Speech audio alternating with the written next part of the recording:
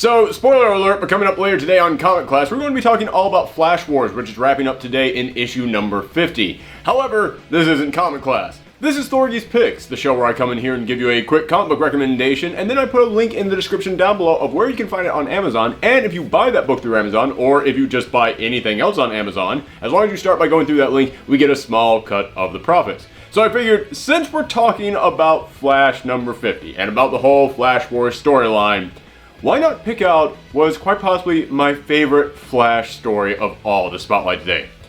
Problem is, I don't have a favorite Flash story of all. I have a favorite Flash run. Geoff Johns' run on Flash is one of the most impressive runs that I have ever seen anybody have on a character, only to really be topped by his run on Green Lantern. Geoff Johns is just really good, everybody. I come in here and I praise that dude all the time, but it was his run on Flash that really got me to first perk up and notice, oh, this is a guy who's going to be special. And I wasn't the only one. That was really the first time that he ever became a huge name in comics. That was the first time that everybody started talking about that guy.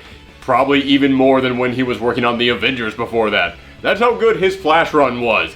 It topped his run on the Avengers. That should say something. In fact, just to give you guys a sense of how big Johns' run on The Flash was, he came on right after Mark Waid had finished on the book, and Mark Waid before Johns was that guy who everybody was pointing at and saying, this is the guy who's going to have the definitive run on The Flash. This is the guy who is never going to be top of The Flash. Everybody is praising Mark Waid's run on The Flash. Then Johns came on board and everybody went, actually this guy actually somehow surpassed that. It's kind of like the equivalent of when Brubaker came on Daredevil after Bendis and everybody was like, no one's going to be better than Bendis. This guy might be better than Bendis. So yeah, it's one of those examples of a writer really taking the hype that people had built up for a character and, no pun intended, running with it. Actually really being able to use that momentum from the previous run and taking that character to the next level. But you might be wondering, okay, well, what was it about his run that made it so special? Why is this your favorite run on The Flash? And honestly, if I had to sum it up, there's many different things that made it so special, but I think you can kind of describe it all by just saying life. All the characters in Johns' run on this book felt alive to me. Like, they all felt like they were leading their own lives, but they were still all connected back to that central point of The Flash. Like, the thing that Johns made me realize as I read his book is, oh, The Flash is kind of a family. It's not just him and Impulse and Max Mercury is over there, but he's over there doing his own thing. That's not important at all. And then every now and again, Jesse Quick pops up here or there, and oh, there was Barry in the past. Johns was the guy who really made me feel like, oh, they're all really connected together. And yeah, again, that's the kind of stuff that Waid had really been building, that he had been establishing, but Johns is the guy who, to me, really took that to the next level. When I read the Johns run, yes, it was primarily Wally. In fact, the other speedsters rarely ever even popped up, but when they did, I was like, they're all connected. It's kind of like Batman and Robin. Flash and Impulse are kind of that same way. I feel this now. I really got that connection with the other speedsters. It's kind of like there was some force that connected all the speed people together. I understood that now. But it wasn't just the other speedsters, it was also Linda and Wally. Like, you really felt the connection that they had. In fact, this was a moment in their relationship where it really did go to a completely different level. And then what ended up happening with that, which I will not spoil for anybody who does not know that storyline. But also, what he did with the villains, to me, was spectacular. The Rogues had always been known for being, okay, we are kind of like a family, we're all connected, and we are kind of like the blue-collar supervillains. We're not the guys with the big secret layers. We're kind of the guys just really struggling and trying to get by. I just have a freeze gun and I'm going up against a god. So yeah, that was always the thing that made the Rogues special. I never got that feeling more than when I read Johns' run. He's the guy who, to me, captured that feeling the best. That feeling that we all work together. We're all a community. We all have our own lives and our own things going on. You could absolutely feel the love that Johns had for Captain Cold and for all the other Rogues as he was writing them. You could even have given them their own series. That, in fact, there actually was talk of doing that at one point in time, because that's how special the Rogues became during Johns' run. In fact, as I said, I can't really pinpoint my absolute favorite storyline because it's all part of one big run. However, the way that he ended his run with the Rogues War storyline, if I had to point at anything and say it's my favorite Flash storyline, it would be that. Now, unfortunately, the Rogue storyline is not in trade yet. It's going to be Volume 5 of the Geoff Johns collection, But that's also one of the reasons why I'm coming in here today and spotlighting the Geoff Johns collections, because that trade is coming out in just a few months. So if you want to start now reading all the Geoff Johns books, you would be ready by the time that comes out, and that was a phenomenal end to his run on this series, because it didn't just delve into the rogues and their connections with each other, it also really explored this new villain that he created, Zoom, and that's the other thing that I really have to point out about the Geoff Johns Flash run. The character of Zoom is my favorite Flash villain of all time, and he was created completely by Geoff Johns. He's such a fascinating villain, not just because of his origin story, which that in and of itself is kind of heartbreaking. He's this guy who was friends with Wally West, and then when something terrible happened to him, he tried to get the Flash to go back in time and undo it, and the Flash was like, no, you don't mess with time, that just leads to bigger problems. So he tried to tamper with the Speed Force himself, and then he ended up gaining speed powers too, but it kind of drove him crazy.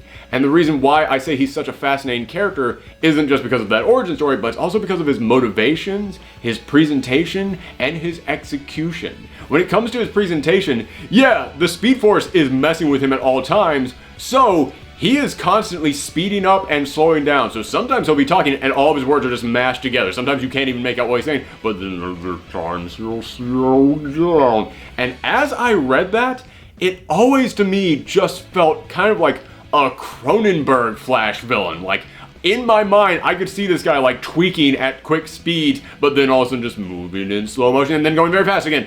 It just made him seem so unstable in a way that I've never really seen in any villain out there. It was so original, but when it comes to his execution, yeah man, nobody has really messed with the Flash on this level. Not since the way that Eobard Thawne messed with the original Flash. He truly was that next evolution of the Reverse Flash style villain.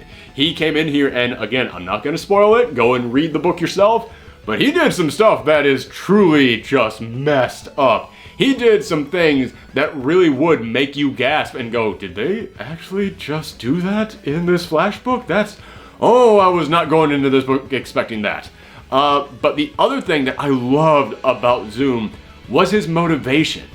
This is a guy who, yes, he was friends with Wally, and then after Wally decided not to help him and he tampered with the Speed Force, he was like, alright, you know what, Wally, I still think you're a hero, but I don't think you're living up to your full potential. The Flash could be so much better than he actually is, and if you were better, terrible things would not have happened to me. Terrible things would not have happened to your friends, like that terrible thing that I just did. You see, if you were better, you would have stopped me from doing those horrible things. So basically, Zoom's motivation was he wanted the Flash to be better. Every horrible thing that he did to someone else, he was doing it because he wanted Flash to stop him. That was something I had never seen in a villain. A villain who was actually messing with the hero because he was trying to give the hero motivation to be better. He was trying to push the hero further past his limits by messing with him so much. That's so unique and so clever. That's one of the reasons why I think that Johns is an amazing writer. He always comes up with very unique motivations for these characters. Now, what about the Flash himself? How did Geoff Johns write Wally West? Well, as I said, to me the big theme of his entire run on this series was life, and that kind of extends to Wally himself, because he took on a whole new life, at least for me as I was reading that book. Because when I was a kid, I loved the Flash, but it was just because I thought super speed was a cool power. I didn't really care one way or another about the character of the Flash at all. I just really liked the powers of the Flash. And then as I got older, that Justice League cartoon came on, and Wally was on there, and he was really jokey, and I really enjoyed that. But when I eventually started reading the books, I realized, oh, Wally isn't actually like that at all. Like, that is in no way a representation of Wally in the comics. Yeah, every now and again he makes a joke, or he is lighthearted. He's very lighthearted, I'll give him that. But jokey? Not really. That's not exactly the word that I would use to describe Wally West or any of the Flashes. They're not really exactly like Spider-Man or anything. So I didn't really know that much about the character himself. Everything that I knew about the character had been influenced by other interpretations of him that weren't exactly all that accurate to the comics themselves. So when I started reading the Geoff Johns run, that's what made me really go, oh, I get it now. I finally see not just who Wally West is, but basically how the Flash is a part of his community. How the Flash relates to everyone else in his little world. And again, as I said, the big theme for me of his entire run was life. He made the entire city feel alive, and it was because the Flash was a part of it.